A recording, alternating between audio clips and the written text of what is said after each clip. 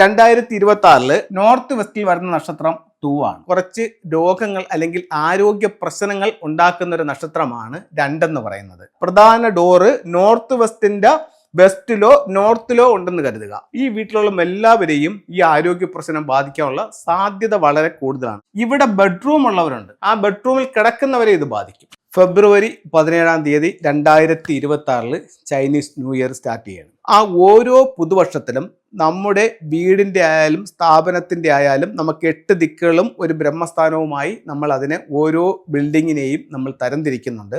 അതാത് സ്ഥലങ്ങളിൽ നിലവിൽ ഒരു നക്ഷത്രം നിൽക്കുകയും ഈ ഒരു ടൈമിൽ ആ നക്ഷത്രം അവിടെ നിന്ന് മാറി മറ്റൊരു ഡയറക്ഷനിലേക്ക് പോവുകയും ആ നിൽക്കുന്ന ഡയറക്ഷനിൽ പുതിയൊരു നക്ഷത്രം വന്നു ചേരുകയും ചെയ്യുന്നുണ്ട്.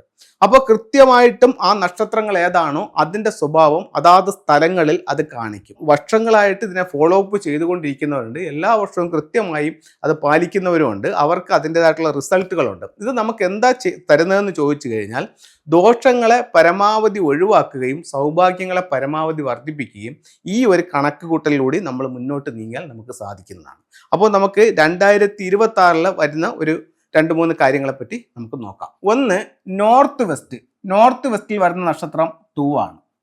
ഈ 2 എന്ന് പറയുന്നത് ആ ഓരോ നക്ഷത്രത്തിനും ഒരു സ്വഭാവമുണ്ട്. 2 എന്ന് പറയുന്നത് ഒരു ഇൽനസ് സ്റ്റാർ ആണ്. കുറച്ച് രോഗങ്ങൾ അല്ലെങ്കിൽ ആരോഗ്യ പ്രശ്നങ്ങൾ ഉണ്ടാക്കുന്ന ഒരു നക്ഷത്രമാണ് 2 എന്ന് പറയുന്നത്. ഈ 2 എന്ന് പറയുന്നത് ഒരു എർത്ത് എനർജിയാണ്. ഇത് ഈ വർഷം വന്നിരിക്കുന്നത് നോർത്ത് വെസ്റ്റിലാണ്. അപ്പം ഈ നോർത്ത് വെസ്റ്റിൽ 2 എന്ന് പറയുന്ന അസുഖക്കാരനായ ആരോഗ്യ പ്രശ്നങ്ങൾ ഉണ്ടാക്കുന്ന നക്ഷത്രം അവിടെ വടക്ക് പടിഞ്ഞാറിൽ ഈ വർഷം എത്തുമ്പോൾ ഇതിൻ്റെ ശക്തി അത്രത്തോളം സ്ട്രോങ് ആയിരിക്കില്ല. എന്തുകൊണ്ടെന്ന് വെച്ച് കഴിഞ്ഞാൽ ഈ 2 ഒരു എർത്ത് എനർജിയാണ്. ഇത് വന്നെത്തിയിരിക്കുന്നതോ നോർത്ത് വെസ്റ്റ് എന്ന് പറയുന്ന മെറ്റൽ എനർജിയുടെ ഡയറക്ഷനിലേക്കാണ് വന്നിരിക്കുന്നത്. അപ്പോൾ അങ്ങോട്ട് വരുമ്പോൾ തന്നെ ഈ എർത്ത് എനർജിയെ നശിപ്പിക്കാനുള്ള എനർജി ആർക്കുണ്ട്? മെറ്റൽ എനർജിക്കുണ്ട്. സ്വാഭാവികമായും ഇതിൻ്റെ ശക്തി ഒന്ന് ക്ഷയിക്കും. അപ്പോൾ ഇത് കൂടുതൽ പ്രശ്നങ്ങൾ ഉണ്ടാക്കുന്ന രീതിയിലേക്ക് പോകത്തില്ല. എന്നിരുന്നാൽ തന്നെയും നമുക്കിതിനെ ക്യൂർ ചെയ്യേണ്ടത് ഏറ്റവും അത്യാവശ്യമാണ്. ഇവിടെ എന്തുകൊണ്ട് ക്യൂർ ചെയ്യണം എന്ന് ചോദിച്ചു കഴിഞ്ഞാൽ, നിങ്ങൾ ഈ പ്രോഗ്രാം കാണുന്നവരുടെ വീടിൻ്റെ പ്രധാന ഡോറ് നോർത്ത് വെസ്റ്റിൻ്റെ വെസ്റ്റിലോ നോർത്തിലോ ഉണ്ടെന്ന് കരുതുക. ഈ വീട്ടിലുള്ള എല്ലാവരെയും ഈ ആരോഗ്യ പ്രശ്നം ബാധിക്കാനുള്ള സാധ്യത വളരെ കൂടുതലാണ്. ഇതെല്ലാം സാധ്യതകളാണ്, 100% പറയുകയല്ല. പക്ഷേ 90% അവിടെ സംഭവിക്കാനുള്ള സാധ്യത വളരെ വളരെ കൂടുതലാണ്.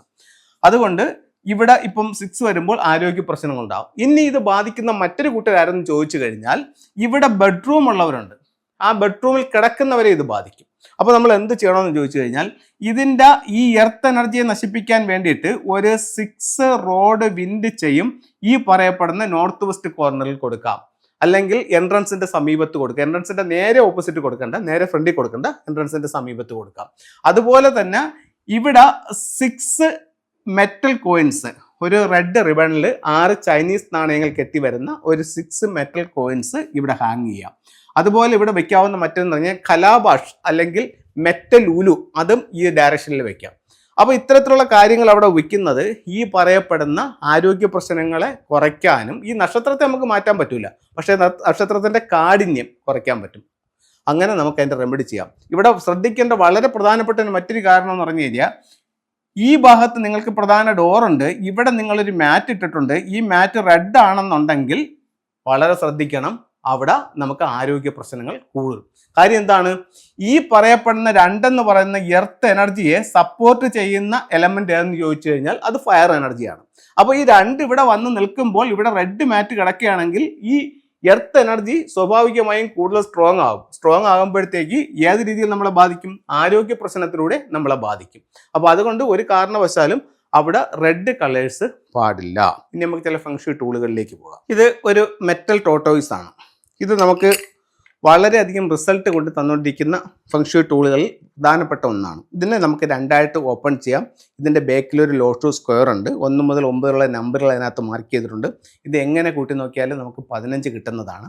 അപ്പോൾ ഇതിന് 2ആയിട്ട് ഓപ്പൺ ചെയ്തതിന് ശേഷം ഒരു വൈറ്റ് പേപ്പർ എടുക്കുക, സ്ക്വയറായിട്ട് കട്ട് ചെയ്യുക. റെഡ് ഇങ്കിനകത്ത് നമ്മൾ ഏറ്റവും അധികം ആഗ്രഹിച്ചു നിന്ന കാര്യം ഇത്ര നാളിനകത്ത് വെച്ച് സാധിച്ചതിന് ദൈവത്തോടും പ്രപഞ്ചശക്തികളോടും നന്ദി പറയുന്നു എന്ന് എഴുതിയ ഒരു വിഷയം എഴുതി ഇതിനകത്ത് വെച്ച് നോക്കൂ. ഒരുപാട് പേർക്ക് ഒരുപാട് കാര്യങ്ങൾ സാധിച്ചിട്ടുണ്ട്. നിങ്ങൾക്കും ഒന്ന് പരീക്ഷിച്ച് നോക്കാവുന്നതാണ്. നല്ല റിസൾട്ട് തരുന്ന ടൂളാണത്. അത് കഴിഞ്ഞിട്ട് മറ്റൊരു ടൂളിലേക്ക് പോകാം. വീടിന്റെ പ്രധാന ഡോറിന്റെ മുകളിലായിട്ട് സ്വസ്തിക്കിന്റെ സിമ്പിൾസ് വെക്കാം. അതുപോലെ തന്നെ സ്റ്റെയർ കേസ് പണിയുമ്പോൾ ആന്റി ക്ലോക്ക് വൈസിലാണ് നിങ്ങളുടെ സ്റ്റെയർ കേസ് ചെയ്തിട്ടുണ്ടെന്നുണ്ടെങ്കിൽ ആ കയറി ചെല്ലുന്ന നേരെ ഓപ്പോസിറ്റ് ആയിട്ടുള്ള ഡയറക്ഷനിൽ ഇത്തരത്തിലുള്ളൊരു സ്വസ്തിക് സിമ്പിൾസ് വെക്കുന്നത് ആന്റി സ്റ്റെയർ കേസിന്റെ ദോഷത്തിന് ഒരു പരിഹാരമായി ഇതിനെ കണക്കാക്കുന്നുണ്ട്. ഒരു ടൂളും കൂടെ നമുക്ക് നോക്കാം.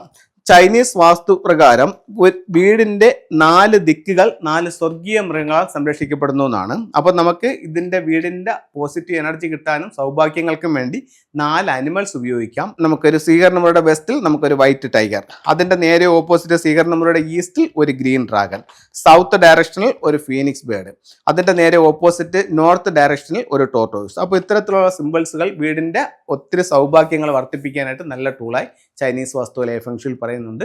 അപ്പോൾ ഇത്തരത്തിലുള്ള ടൂളുകൾ ഉപയോഗിച്ച് നോക്കൂ, ഈ പറഞ്ഞ കാര്യങ്ങൾ പരീക്ഷിച്ച് നോക്കൂ. എല്ലാവരുടെ ജീവിതത്തിലും വലിയ വലിയ വിജയങ്ങൾ ഉണ്ടാവട്ടെ. നല്ലൊരു വർഷമായി 2026 ഭവിക്കട്ടെ എന്ന് പ്രാർത്ഥിച്ചുകൊണ്ട് നിർത്തുന്നു. നന്ദി, നമസ്തേ.